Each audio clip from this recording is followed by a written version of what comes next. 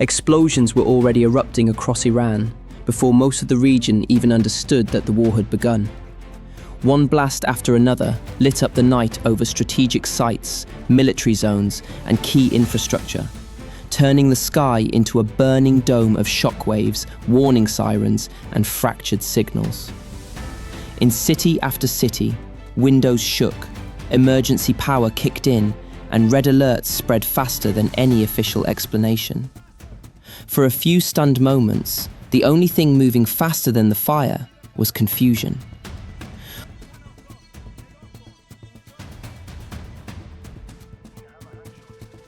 Then came the more dangerous realization. This was not a limited strike, not a symbolic exchange, and not another familiar round of threats dressed up as action. The pattern was too broad, too coordinated, and too precise. Radar disruption, signal loss, electronic pressure, and direct hits on strategic targets all pointed to the same terrifying truth. This was a preemptive blow designed to seize the tempo of the battlefield before Iran could fully organize a response.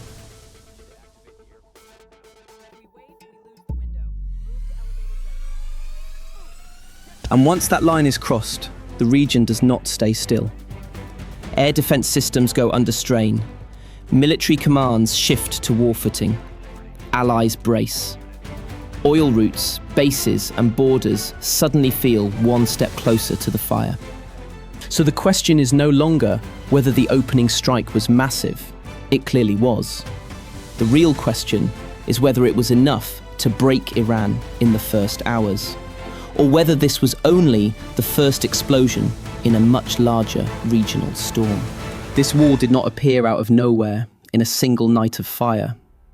It had been building for months, and in some ways for years, through threats, covert action, military signaling, intelligence leaks, shadow strikes, and a regional atmosphere that kept growing heavier, even when the headlines briefly moved on. By the time the first explosions hit Iran, the real shock was not that the crisis had erupted, but that so many signs had been visible in advance and still failed to stop it. The warnings were there. Intelligence traffic had intensified. Naval movements drew unusual attention. Military flights that normally passed with little notice began raising quiet questions among defense observers. Tanker activity in the air became harder to ignore. Bases across the region adjusted their alert posture. Supply chains tightened. Security protocols shifted. On social media, blurred videos of aircraft noise over desert skies and late-night movement near strategic facilities fed speculation that something larger was taking shape. But this is the pattern of modern escalation. The closer a region gets to the edge, the more warning signs it produces, until those signs begin to drown each other out.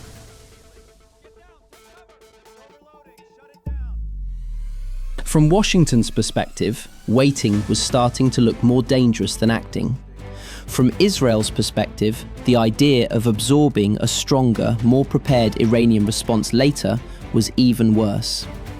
The conclusion in this scenario was brutally simple.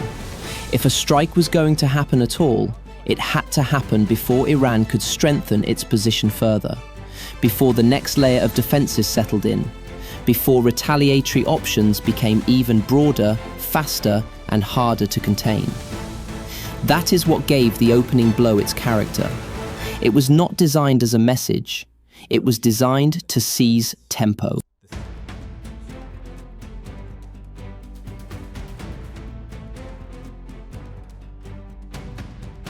And that matters, because a modern preemptive strike is not just about hitting a target. It is about disrupting timing, blinding sensors, stressing radar coverage, breaking command rhythm, and forcing the other side to spend its first critical hours trying to understand what has already been lost. The opening wave was built around that logic. Pressure the air defense network, complicate communications, shake command and control nodes, threaten strategic infrastructure, create enough confusion that recovery itself becomes slower, more costly, and more dangerous. But this is where the deeper military reality comes in. Iran is not a soft target. It is a state that has lived under pressure long enough to plan for this kind of moment. It has strategic depth. It has dispersed assets. It has hardened locations, backup structures, and layers of redundancy built precisely for the day a larger war might begin. Even more important, it does not rely on a single line of response. Its reach extends beyond fixed positions and beyond its own borders, through networks, partners, and proxy pressure points spread across a region that is already full of exposed nerves.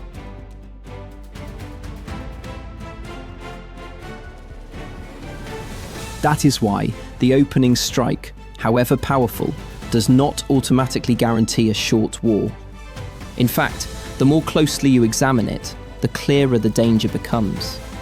A preemptive blow only delivers a decisive result if it strips the other side of the ability to answer back in a meaningful way.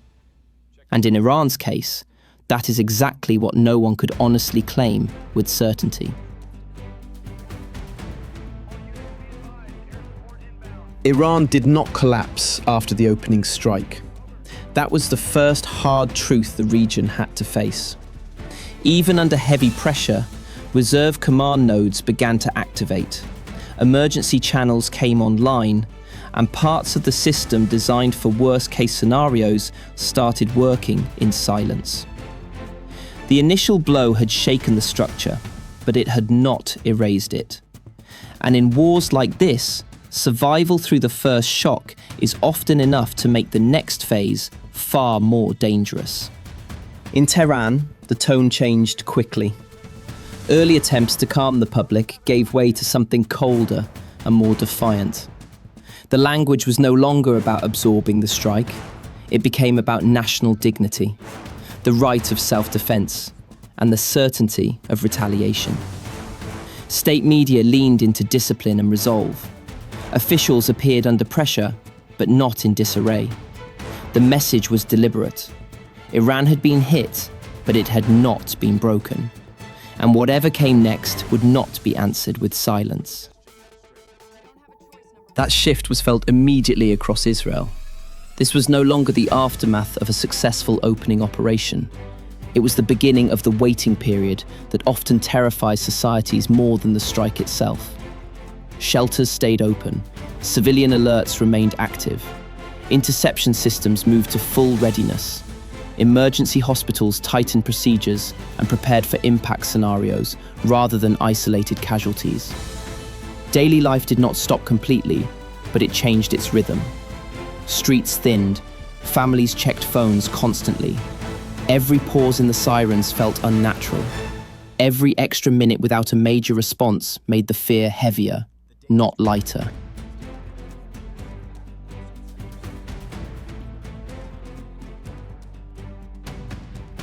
The United States understood the same danger from a different angle. Bases across the region did not treat the opening strike as closure. They treated it as exposure. Defensive posture tightened. Base security hardened. Supply routes were reviewed again. Air and missile defense crews remained under strain. Because the logic was obvious to every serious military planner in the region. The stronger the opening blow, the greater the chance that the opponent will answer in a way designed to prove he is still standing. In other words, the first strike had not reduced risk. It had changed the shape of risk. And that changed the entire atmosphere of the Middle East. The crisis was no longer defined by what had already happened. It was defined by what might come next, and from how many directions. Every radar screen mattered. Every launch warning mattered. Every signal track became a source of pressure. A missile threat was no longer theoretical. A drone threat was no longer distant. The fear now was not only retaliation, but layered retaliation, direct and indirect, fast and delayed, military and political at the same time. That is when the first signs of wider escalation began to matter even more. Iran-backed groups did not need to launch full operations to change the regional mood. Signals alone were enough. Statements of support, shifts in posture, hints of readiness, and the possibility of activation across multiple fronts all pushed the crisis into more dangerous territory. Once that happens, war stops being a single line between attacker and defender. It becomes a network of pressure points. And that was the real turning point of this phase. The war was no longer just about the preemptive strike. It had become a live regional crisis, built around retaliation, counter-retaliation, and the fear of chain reactions. But even as firepower was held in a fragile balance, another battlefield was opening beneath it, quieter, colder, and in some ways even more dangerous. The battle for information, command, and control over what each side believed was really happening.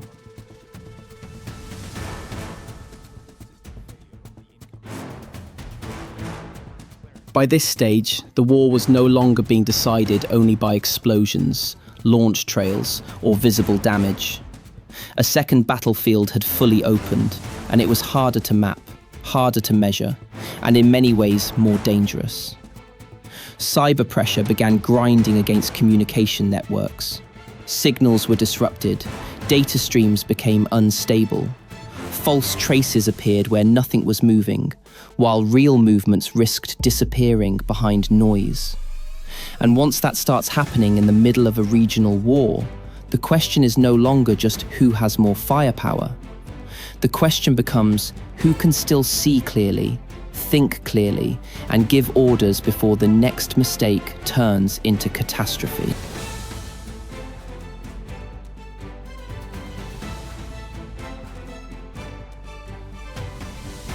That is the brutal logic of modern conflict. The side that keeps its electronic eyes, ears, and command brain alive for longer gains something even more valuable than a successful strike. It gains time, coherence, and the power to shape the next move while the other side is still sorting through confusion. In this scenario, that struggle became relentless. Deep inside hardened command centers, officers worked through one alert cycle after another under the cold light of shifting screens. Electronic maps changed by the minute. Threat markers flashed, vanished, then returned in altered positions. Every update carried risk. Every missing signal raised suspicion. And no one in the room could fully trust that the picture in front of them was clean.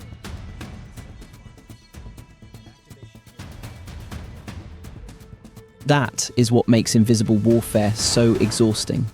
It does not always produce a dramatic moment the cameras can capture. It wears systems down from the inside. It slows judgment. It increases hesitation.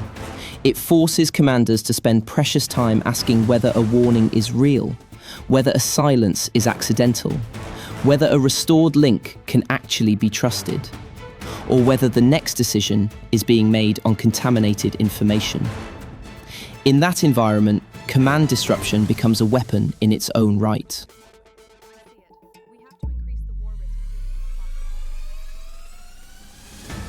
But this pressure did not stop at military headquarters.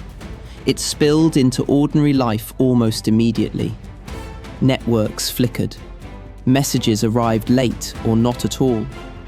Rumors spread faster than verified updates. False reports multiplied. In some areas, people lost connection just long enough to start imagining the worst. And in modern war, that matters more than many planners like to admit. Once civilians begin to feel cut off from reliable information, psychological stability starts to erode. Public trust becomes fragile. Social calm becomes harder to hold. Political confidence comes under strain, even if the physical battlefield remains contested rather than collapsed.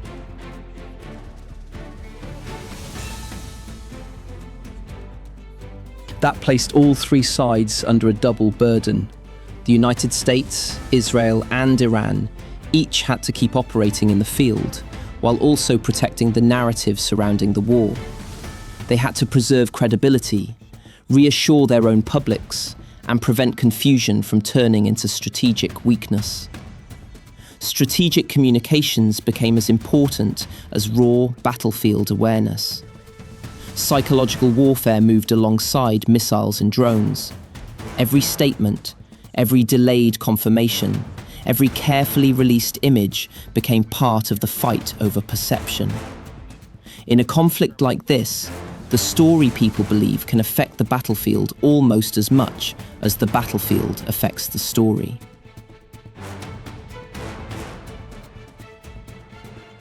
And that was the deeper turning point of this phase. The war was no longer measured mainly by what had been destroyed. It was measured by which side could keep its system functioning, its decision-making intact, and its national nerves from fraying first. But wars of endurance become truly terrifying when they stop being contained between the main players and begin pressing against every weak seam across the wider Middle East. And that is when the war stops looking like a clash between three names and starts looking like a stress test for the entire security architecture of the Middle East. The danger is no longer limited to direct strikes between Iran, Israel, and the United States. It begins spreading outward through every exposed fault line the region has been carrying for years. Lebanon becomes more than a border problem. Iraq becomes more than a political balancing act. Syria becomes more than a frozen battlefield. Each one turns into a possible pressure point, a place where proxy activation, miscalculation, or a single localized strike could widen the conflict faster than diplomacy can contain it.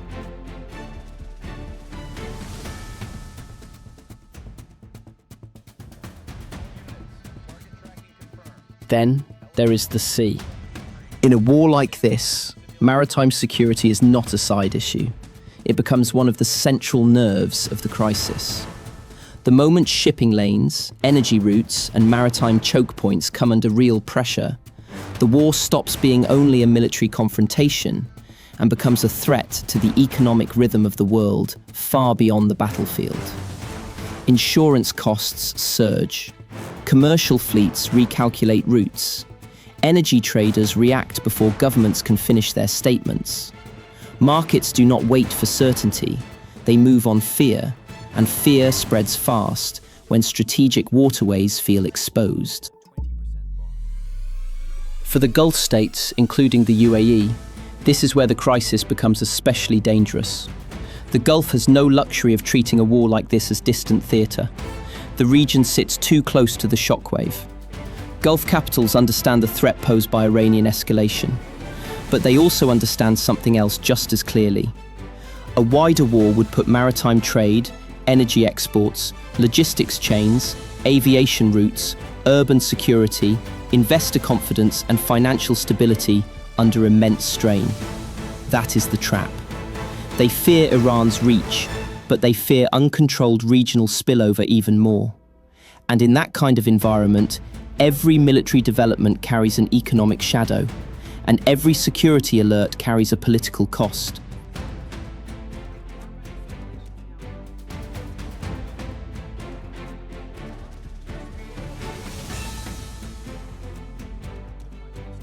This is also why outside powers are pulled in, whether they want to be or not. Europe sees energy risk, migration pressure, and renewed instability. China sees threats to trade flow and energy security. Russia sees strategic opportunity mixed with danger. No major power can view a conflict of this size in the Middle East as a local crisis. The region sits too close to too many global arteries. But the harshest truth comes after that. Iran may absorb serious damage and still refuse to bend. Israel may hold the upper hand in defense and still fail to recover any lasting sense of safety. The United States may demonstrate overwhelming firepower and still discover that firepower alone cannot seal the long-term consequences of what it has unleashed. That is the cruelty of escalation in this region. Early advantage is not the same as durable control. Tactical success is not the same as strategic closure. So what remains after the strikes, the alerts, the interceptions, and the official statement? A region left more fragile than before. A balance of power left more nervous than before. A chain of grievances left deeper than before. And a post-strike order so brittle that even if the main fire slows down, the next cycle of conflict may already be forming underneath the ash. Which leaves the final question hanging over everything. Will Iran absorb the damage to survive and regroup? Or will it choose to continue this war in a form that is slower, colder, and far harder for the region to control?